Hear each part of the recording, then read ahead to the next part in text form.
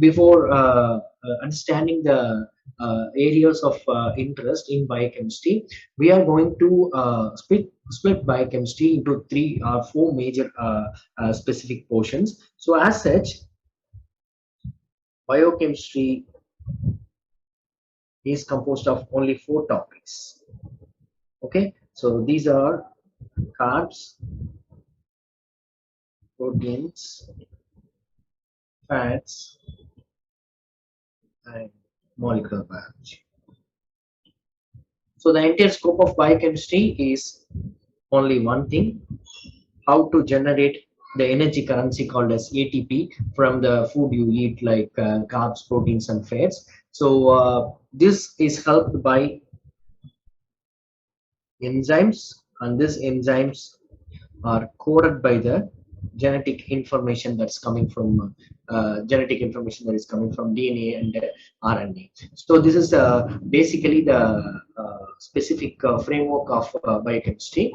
And about the carbs, proteins, and fats, these are called as proximate principles.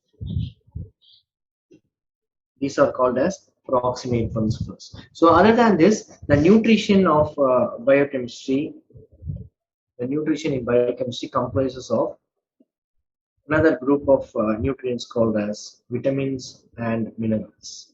Vitamins and minerals. So this is the whole perspective of nutrition in biochemistry. So carbs, proteins, fats, vitamins, and minerals, and then we generate ATP from all the proximate principles, which are helped by the enzymes which are coded by molecular biology. So this is an auxiliary topic.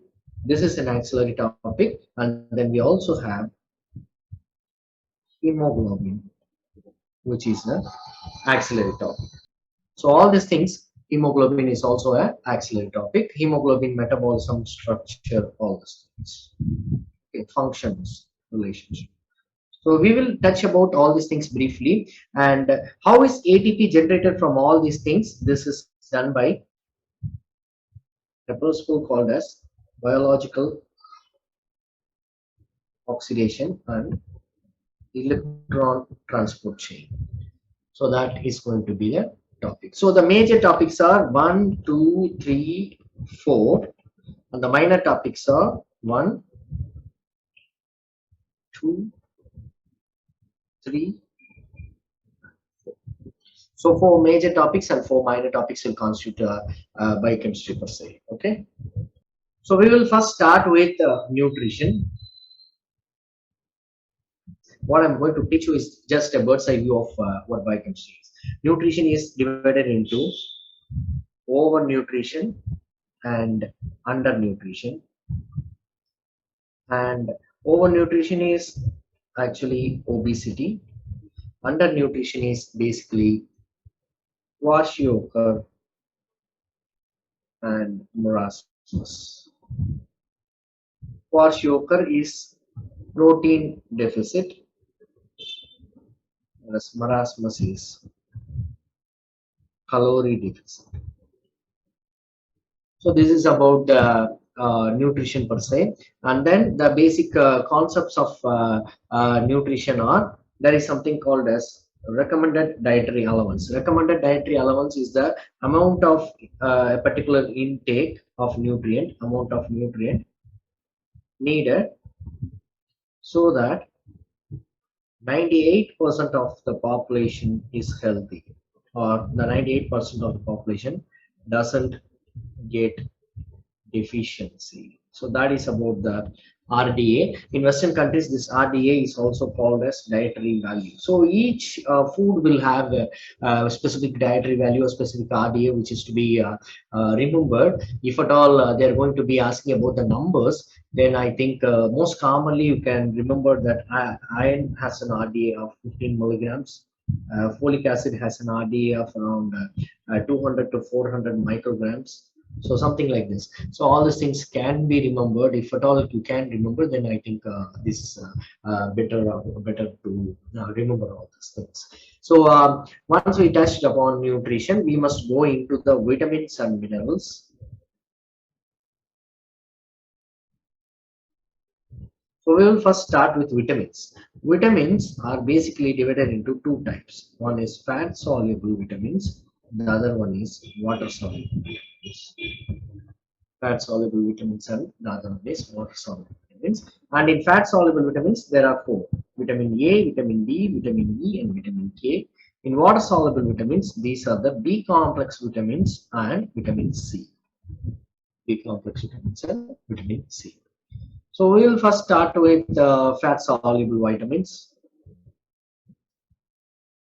In fat soluble vitamins, in vitamin A, the major points of importance are: vitamin A is involved in Wall's visual cycle, which is involved in the night vision. So if vitamin A deficiency is there, then we have night blindness, and also we can include vitamin A as a specific prophylaxis in patients who are suffering from something called as white dot spots.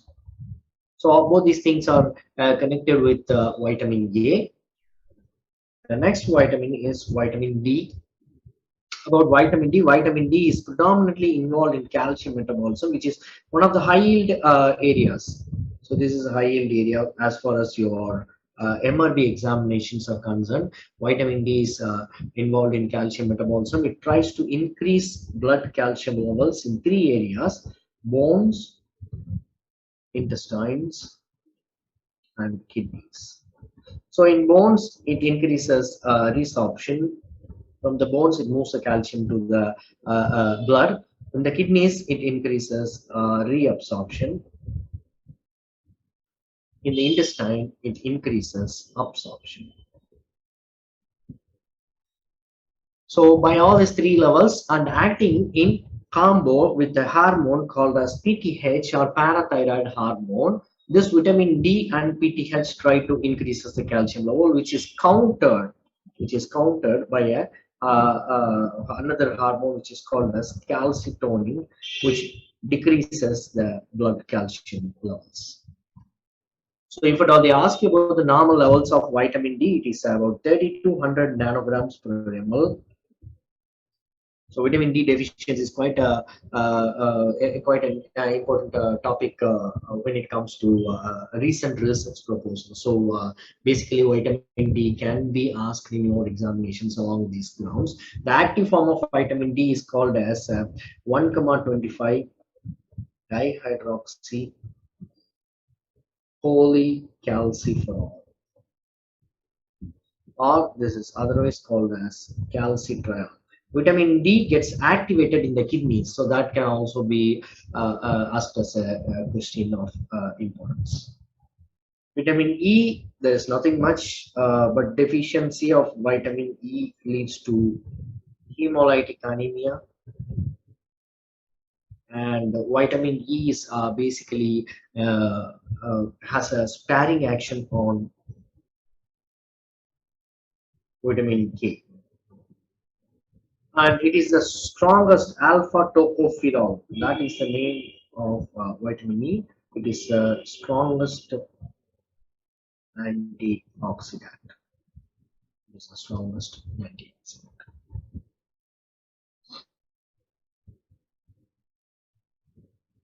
So the last of fat soluble vitamins is vitamin K. And vitamin K deficiency, K was named as K because of the word coagulose, which means that vitamin K is involved in the clotting process. It activates factor 2, 7, 9, 10.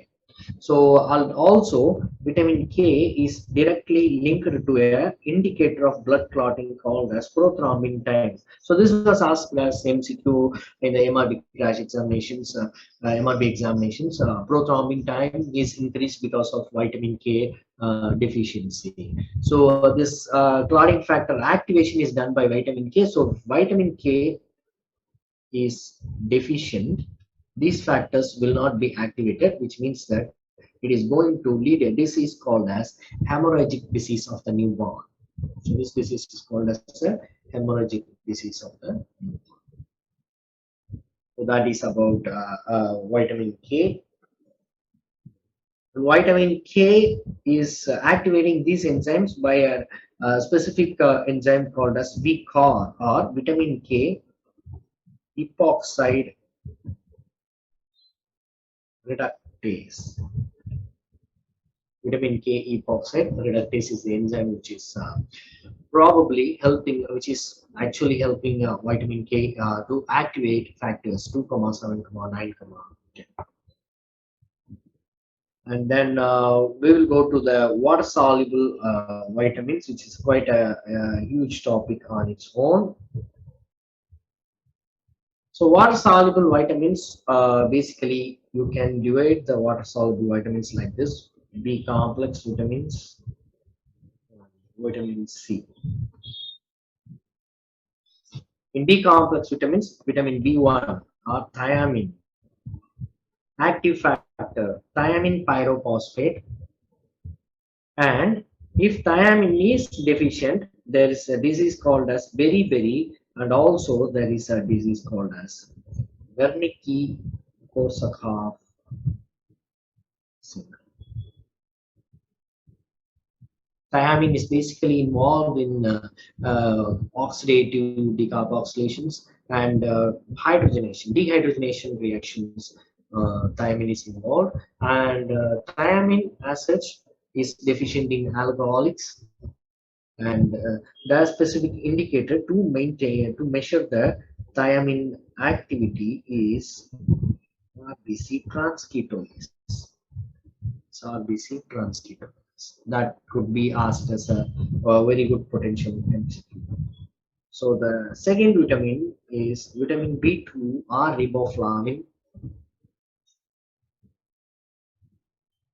Riboflavin is also called as a yellow vitamin, and the active factors of riboflavin are FMN and FAD, which are very crucial coenzymes in many of the biochemical pathways. And the deficiency of riboflavin can lead to cheilitis, glossitis, and angular stomatitis. The third vitamin is called as niacin. Niacin is a byproduct of tryptophan, an amino acid called as tryptophan. And 60 milligram of tryptophan give rise to 1 milligram of niacin. So if there is a tryptophan deficiency, say for example in people eating corn, maize diets, so they can lead to a decreased niacin, and decreased niacin can lead to a disease called as pellagra. Pellagra, as of all of you know, is characterized by 4 Ds: diarrhea, dermatitis, dementia, and death. So that is about niacin, and the active factor of niacin is NAD and NADP, which is again very crucial components of biochemical pathways. There is no vitamin B4, we'll go for vitamin B5, which is pantothenic acid, which is very important because it is sponsoring a group called as CoA.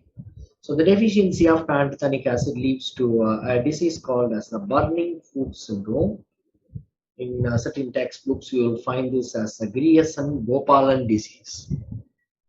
So that is about pantothenic acid. The next vitamin is vitamin B7, which is biotin. Biotin is needed for all the carboxylation reactions. So all carboxylases take biotin as a cofactor, and if there is a deficiency of biotin, then it leads to a specific problems like alopecia, dermatitis, all those things. Vitamin B9, one of the very crucial vitamins, which is folic acid, is involved in one carbon metabolism. So it involves the transfer of one carbon groups like methyl group, pharmyl group, formamino group, methylene group, methinyl groups. All those things are one carbon groups, and folic acid is involved in one carbon metabolism as well as DNA synthesis.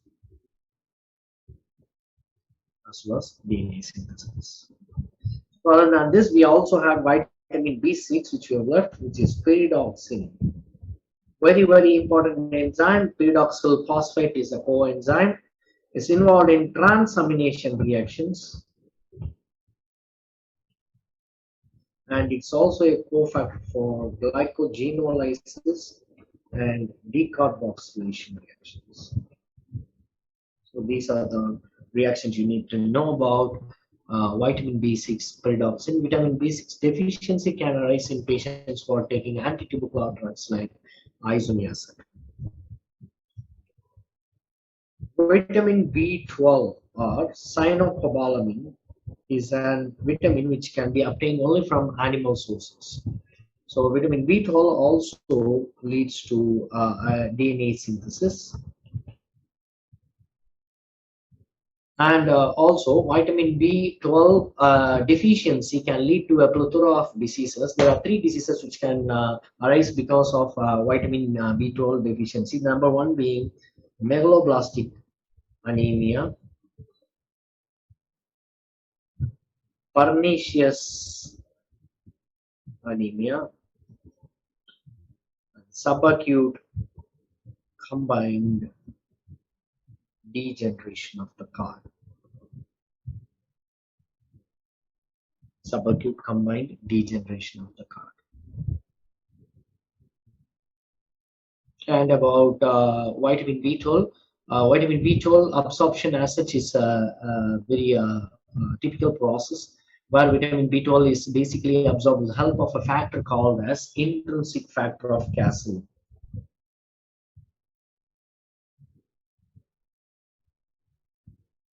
Intrinsic factor of Castle. So without intrinsic factor, vitamin B12 is not absorbed into the human body. Of course, megaloblastic anemia is also found in folic acid deficiency, but then there is a component called as methylmalonic CoA, methylmalonic acid, which is increased in vitamin B12 deficiency, whereas it is normal in folic acid deficiency. That is a differentiating feature. Methylmalonic acid normal in folic acid deficiency, whereas methylmalonic acid is increased in vitamin B12 deficiency. That is a differentiating feature between the megaloblastic anemias of folic acid as well as cyanocobalamin. About vitamin C, very mostly asked question, 40 to 70 milligrams recommended dietary allowance is there, and the richest sources being amla, gooseberry,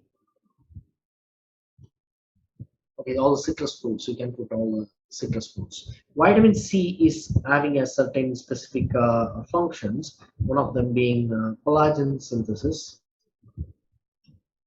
and it also maintains iron in Fe2 plus state, which means that it helps absorption of iron. Also, vitamin C is an antioxidant, so it is very good for human body. Antioxidants, they take off, they reduce the oxidative stress of vitamin C. Vitamin C helps to reduce oxidative stress. So the deficiency of vitamin C can lead to a disease called as scurvy. The deficiency of vitamin D can lead to, vitamin D is a fat soluble vitamin. It can lead to a disease called as rickets. But the deficiency of vitamin C leads to a disease called as scurvy.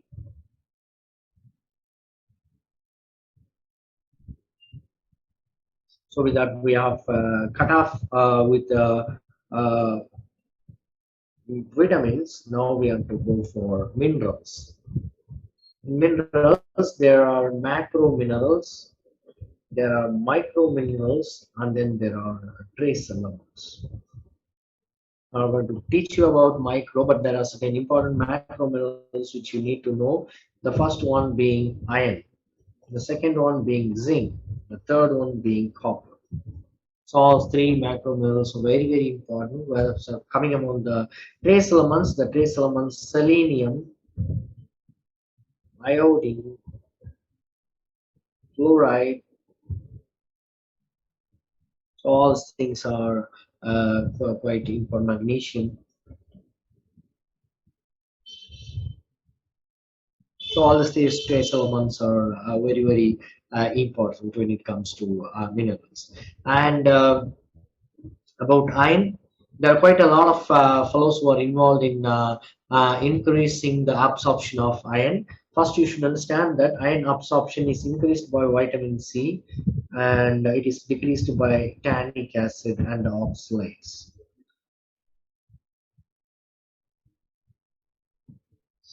And iron, as such, iron is a very limited bioavailable mineral, which means that only 10% of the iron which you consume is absorbed.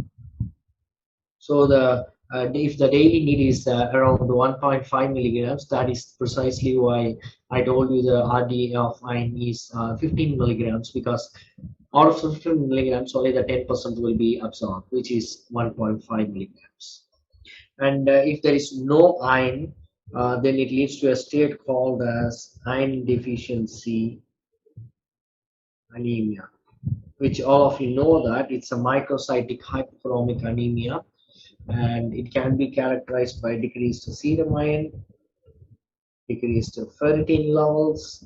Ferritin is the single best marker for iron status, and it can be decreased transferrin saturation. Transferrin is a transport protein of iron, and finally it can be increased TABC. The total iron binding capacity of transferrin is more. So this is about iron deficiency anemia, which is one of the very crucial diseases when it comes to India and Indian girls especially.